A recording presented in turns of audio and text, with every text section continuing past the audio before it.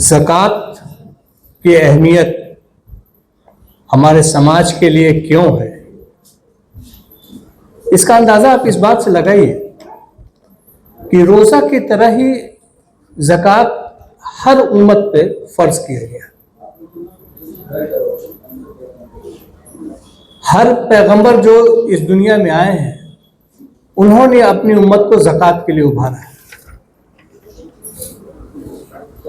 अगर आप देखें, गौर करें तो इसके पीछे की वजह क्या है। इसकी वजह जो है बेसिकली अगर हम आज के हालात में देखें तो दुनिया में आप देख रहे हैं कि चारों तरफ फसाद है, जंग है, लड़ाइयां हैं। ये दो वजह से है। एक तो दुनिया के वो लोग जो अभी शासन व्यवस्था में है वो चाहते हैं कि एक ही तबका दुनिया में कायम रहे, एक ही तबके के पास पूरी प्रॉपर्टी रहे, पूरी दौलत रहे, और वो है कैपिटलिज्म, पूंजीवाद। और दूसरा जो निजाम है सूद का निजाम। और पूरी दुनिया की बड़ी बड़ी ताकतें सिर्फ इसी दोनों की वजह से इस्लाम के पीछे पड़ी। नमाज पढ़िए, रोजा रखिए, तमाम काम करिए, इस्लाम के हिसाब से शादी ब्याह सब कीजिए, किसी को कोई परेशानी नहीं है।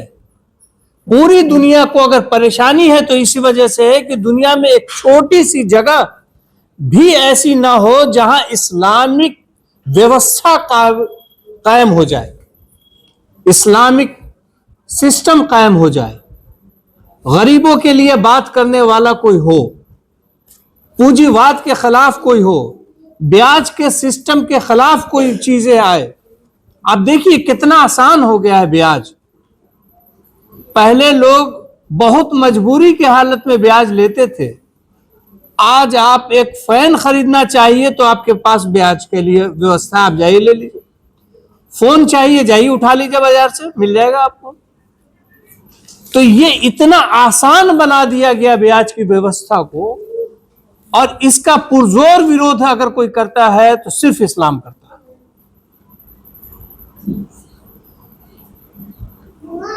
इस वजह से इस व्यवस्था की इतनी ज्यादा अहमियत है कि अगर कोई चीज समाज में है उसको बदलने के लिए आप सिर्फ उस पर रोक लगा दीजिए तो उसका अल्टरनेट नहीं हो सकता। आप कहिए कि भाई हम सूद नहीं लेंगे, ठीक है मत लीजिए, लेकिन सूद के बिना आप कैसे जिंदगी गुजारिएगा? उसका निजाम अल्लाह ताला देता है ज़कात की शक्ल में। लेकिन चूंकि ज़कात का निजाम हमारे पास सोसाइटी में, समाज में नहीं होने की वजह से आज मुस्लिम उम्मत की यह हालत है, खास तौर से हमारे समाज में। अल्लाह के रसूल के जमाने में अगर आप देखें तो ये निजाम जो अल्लाह के रसूल ने कायम किया, वहां इंसाफ के साथ साथ आर्थिक व्यवस्था भी अच्छी थी। आप जब तक इंसान को दुनियावी मामलात में उनको साउंड नहीं कीजिएगा, उनके मसाइल को हल नहीं कीजिएगा, तब तक वो दीन की तरफ नहीं झुकेगा। आप सिर्फ दुनिया जिंदगी के बाद की बात कीजिए कि जन्नत है और नहरें बह रहेंगी और महल है और फला चीज है। एक इंसान जो भूखा हो, एक इंसान जिसका आदमी, जिसके बच्चे पढ़ाई नहीं कर रहे हो, जिसके लोग हॉस्पिटल में एडमिट हो, उसको क्या मतलब है इन चीजों से? वो निजाम दुनिया में अल्लाह के रसूल ने कायम किया जहां एक इंसान भी भूखा नहीं था। वो निजाम अब आज हमारे सोसाइटी में कैसे कायम हो सकता है, इसकी छोटी सी अगर हम कोशिश करें तो ये बड़ी तब्दीली हम समाज में कायम कर सकते हैं। सबसे पहले एक मस्जिद जो हमारा है उसको हम बेस बनाते हैं। उस मस्जिद का इस्तेमाल उस मोहल्ले से जुड़े हुए हर एक आदमी का डाटा, जानकारी उनके पास हो मस्जिद कमेटी के बाद। अब यहां से आप क्या करेंगे कि दो तरह का डाटा सिंपल बनाइए। एक मोहल्ले में वो लोग जो ज़कात देने वाले हैं, दूसरे वो लोग जो ज़कात लेने वाले हैं। ये डाटा आसानी से आ गया, बहुत ज्यादा इसमें अब ये जब डाटा आ गया तो पूरी मोहल्ले की ज़कात, फितरा, सदका जितना हो वो सारी मस्जिद कमेटी के पास जमा हो जाए। और मस्जिद कमेटी में चूंकि हमारे मुआशरे में इस्लाह की कमी है, इसलिए उस पैसे का इस्तेमाल कैसे होगा इसकी भी दिक्कत है। कहीं वही लोग तो नहीं खा जाएंगे, मिसयूज कर लेंगे, गरीबों तक नहीं पहुंचेगा। चूंकि उमूमन हमारे समाज में यह होता है कि जिसने भी गरीबी हटाने की बात की वो खुद अमीर बन गया, लेकिन गरीबी नहीं हटी। तो इसको भी हमें देखना है। तो इसके लिए आज की डेट में पूरा क्लाउड सिस्टम वगैरह जो है, पूरा बैंक जो इस्तेमाल करती है, कितना पैसा आया कितना गया, वो हम आसानी से उस पर नजर रख सकते हैं। तो बहरहाल एक तो ये है कि हम वो डाटा बेस करें, इस हिसाब से हर मस्जिद का कलेक्शन 50% उसी मोहल्ले के जरूरतमंद को खर्च किया जाए और 50% हम मरकजी लेवल पे यानी डिस्ट्रिक्ट लेवल पे एक अदारा बना के वहां कायम करें और फिर वो डिस्ट्रिक्ट लेवल पर जो समस्याएं हैं, प्रॉब्लम्स है, वहां से हम शॉर्ट आउट करें और उसको वहां सॉल्व करें। और फिर सारे डिस्ट्रिक्ट लेवल का कलेक्शन स्टेट के हेडक्वार्टर में जाए और स्टेट का हेडक्वार्टर सेंट्रल के हेडक्वार्टर में जाए। यानी मरकज से लेकर के एक पूरा राष्ट्रीय लेवल से लेकर के मोहल्ले के एक घर तक का निजाम जब हम कायम करेंगे तब वहां मुख्तलिफ जरूरतें हमारे सामने आएंगी। भाई किसी मुसाफिर को जरूरत है, उसको फौरी जरूरत है, किसी का बच्चा बीमार है, किसी का आदमी बीमार है, उसको फौरी दवा की जरूरत है। कोई बेवा है जिसकी अपनी परवरिश का मसला है, उसको फौरी इमदाद की जरूरत है, तो वो मोहल्ले लेवल पर कायम होगा। लेकिन स्कूल की जरूरत है, वो मोहल्ले लेवल पर कायम नहीं हो सकता, वो डिस्ट्रिक्ट लेवल पर कायम होगा। कोई टेक्निकल की बात है, कहीं पढ़ाने की बात है, वो स्टेट लेवल पर होगा कि हमको डॉक्टर इंजीनियर को पढ़ाना है। अब कॉलेजेस बनाने हैं, उसके लिए मरकजी लेवल पे मामला चलेगा कि भाई एक यूनिवर्सिटी हमको एक डिस्ट्रिक्ट में बनानी है, एक राज्य में हमको बनाना है। तो ये सिस्टमेटिक जब हम चलेंगे तब उसके बाद एक असरात आपको दिखाई देगा, एक असर समाज में एक बदलाव दिखाई देगा। चूंकि हमारे यहाँ ज़कात का निजाम यह है कि मोहल्ले लेवल से छोड़ दीजिए, अल्लाह तबारक ताला ज़कात के बारे में जो उसकी फजीलत के बारे में फरमाता है, आप गौर कीजिए इस बात को कि वो कहता है किसी इंसान ने किसी को ज़कात दिया, किसी जरूरतमंद को, तो उसने एक नेकी कमाई। लेकिन वही आदमी किसी अपने खास रिश्तेदार को देता है तो उसको 2 नेकी अल्लाह ताला देता है। एक तो ज़कात निकालने का, उसको पहुंचाने का, और दूसरा सिला रहमी का कि उसने रिश्तेदारों के साथ अच्छा बर्ताव किया। इस्लाम इस बात को उभारता है। लेकिन होता क्या है कि हमारे पड़ोस में जो लोग हैं वो लोग तो अपने गरीबों को ज़कात नहीं देते हैं, लेकिन बाहर से लोग आते हैं। अभी सीजन चलेगा, आप देखिए, किसी की तस्दीक नहीं है, लेकिन पूरे हिंदुस्तान से मुख्तलिफ जगह पर लोग जाएंगे ज़कात का वसूली करने के लिए। 500, 1000, 2000, 5000 ऐसे करके पूरा ज़कात आपका खत्म हो गया, कोई फायदा नहीं हो उससे। अब फिर वही आदमी हर साल आएगा।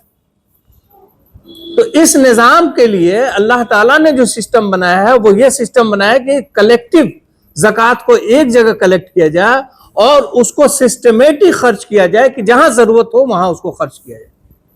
उसके लिए डेटाबेस जरूरी है। हमको जो बाशऊर लोग हैं उनको भी ये बात समझनी होगी कि भाई हम अपनी मर्जी से ज़कात को न दें। आपके जानकारी में जमात इस्लामी यहां जो काम कर रही है, आप उसकी रिपोर्टें देखें।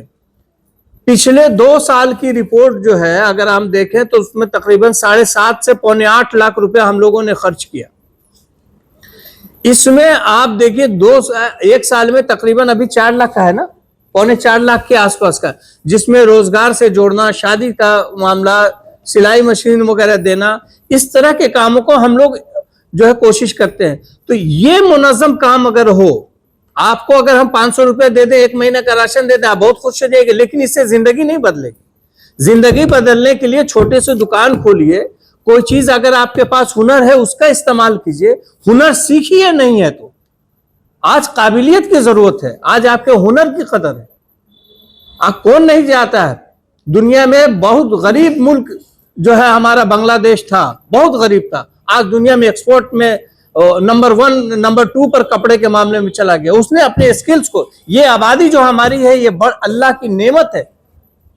अगर हम करें तो मार्केट आपका इंतजार कर, आपके स्किल्स का उसको सीखिए। जो लोग हमारे पास है, पैसा नहीं दे सकते, उनके पास कोई हुनर है वो दूसरे को सिखाए, ये भी सदका है। वो हुनर भी आप एक दूसरे को सिखाइए कि आओ बहन हम मिल करके काम करते हैं, हमको सिलाई आती है तुमको भी सिखाते हैं और दोनों मिल करके काम करते हैं। मेरे पास इतना आ जाता है कि हम नहीं सिल पाते हैं, बदले में तुम सिलो और तुम इसका पैसा तुम ले लो। तो ये जब तक आपस में, सिर्फ अमीर की ही गलती नहीं है कि वो समाज में उस तरह का काम करता है, गरीबों की भी गलती है इस मामले में कि हम खुद अपने से ऊपर सोचते ही नहीं है। हमको हर चीज खुद चाहिए। हमारे बगल में वैसा जरूरतमंद है जो हमसे ज्यादा जरूरतमंद है और हमारे पर एक्स्ट्रा है, फिर भी हम नहीं देंगे। क्यों नहीं देंगे भाई? आप मुस्तकबिल के लिए सोचते हैं, अल्लाह पे भरोसा नहीं है। जिस अल्लाह ने आपको आज दिया है वही कल देगा। अल्लाह ताला कहता है कभी परिंदों पर गौर करके देखो कि ये सुबह डाल से जो उड़ते हैं तो भूखे प्यासे उड़ते हैं, उसको रिस्क कौन देता है? लकड़ी के अंदर जो कीड़ा है उसको रिस्क कौन पहुंचाता है? तो अल्लाह के रसूल हजरत मोहम्मद सल्लल्लाहु अलैहि वसल्लम फरमाते हैं कि तुमको रिस्क ऐसे ढूंढती है जैसे इंसान को मौत ढूंढती है। हर इंसान जो इस जमीन पर पैदा हुआ है उसकी किस्मत में जितना रिस्क लिखा है वो उस तक मिलेगा ही मिलेगा। आप किसी को कोई हुनर सिखा देने से या आपके बगल में कोई दुकान खोल देने से रिस्क कम नहीं होगा। और ये मार्केट का सिस्टम है कि देखिएगा कि जहां पर ज्यादा कपड़े की दुकान होती है वो कपड़े की दुकान ही चलती है। वहां पर ले जाके आप अलग से कोई होटल खोल देंगे नहीं चलेगी, क्योंकि लोग वहां जाते ही कपड़े का माइंडसेट बना करके कि भाई हमको उस जगह पर जाएंगे, एक नहीं 10 दुकानों है, 10 दुकान में देखेंगे।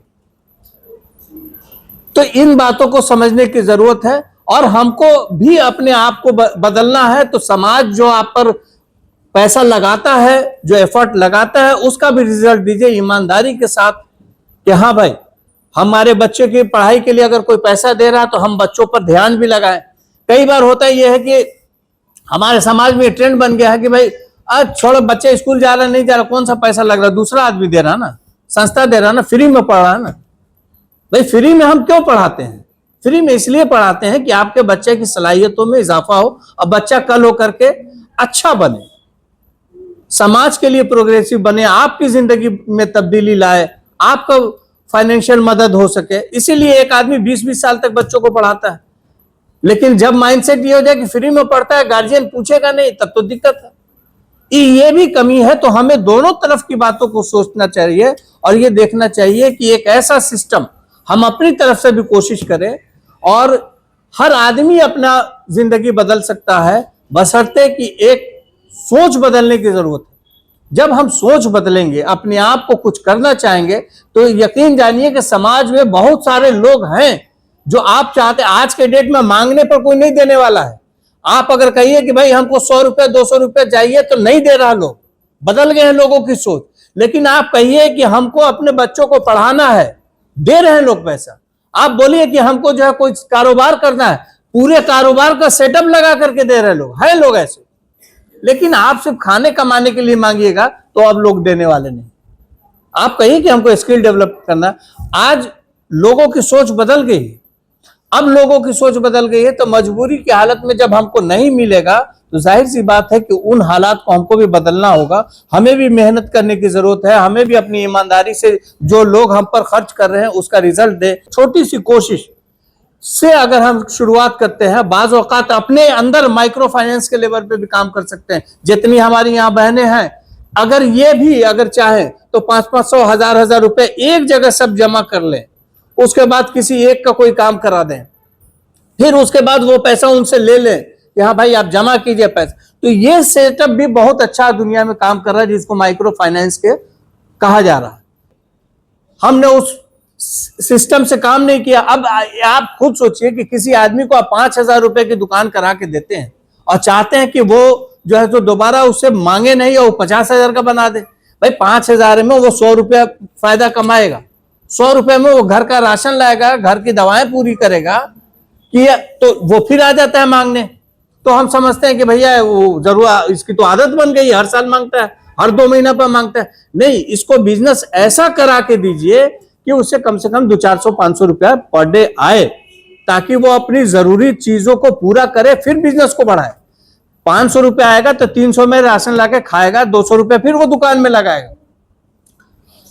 तो इस हिसाब से हमको एक कोशिश करने की जरूरत है। ज़कात का पूरा निजाम अल्लाह ताला ने इसी उम्मत के सिर्फ डेवलपमेंट के लिए देखी है। बुनियादी जरूरत है, एक बूढ़े लोग हैं उनकी दवाओं की भी जरूरत है, उसके लिए भी निजाम है।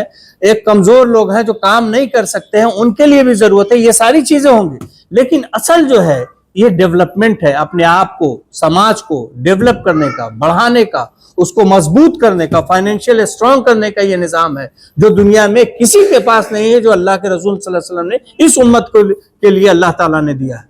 तो इसे हम समझे और सिस्टमेटिक अगर हम इस पर काम करते हैं तो इंशाल्लाह तब्दीली समाज में दिखाई देगी। और दुनिया में जो भी जिन लोगों ने भी इस निजाम को कायम किया है वहां तब्दीली हुई है और वो तब्दीली हमको नजर भी आ रही है। तो ये तब्दीली अगर हम कोशिश करें तो इंशाल्लाह इससे बेहतर और कोई दूसरा निजाम, कोई दूसरा सेटअप दुनिया नहीं दे सकती है, इसमें कासिद है। और दुनिया को यही परेशानी है कि इस्लाम का ये निजाम अगर कायम हो गया तो हमारा पूरी सूदी निजाम, पूरी व्यवस्था खत्म हो जाएगी। इन्हीं बातों के साथ हम अपनी बात को खत्म करते हैं। व आखिर दावाना अनिल हम्दुलिल्लाहि रब्बिल आलमीन।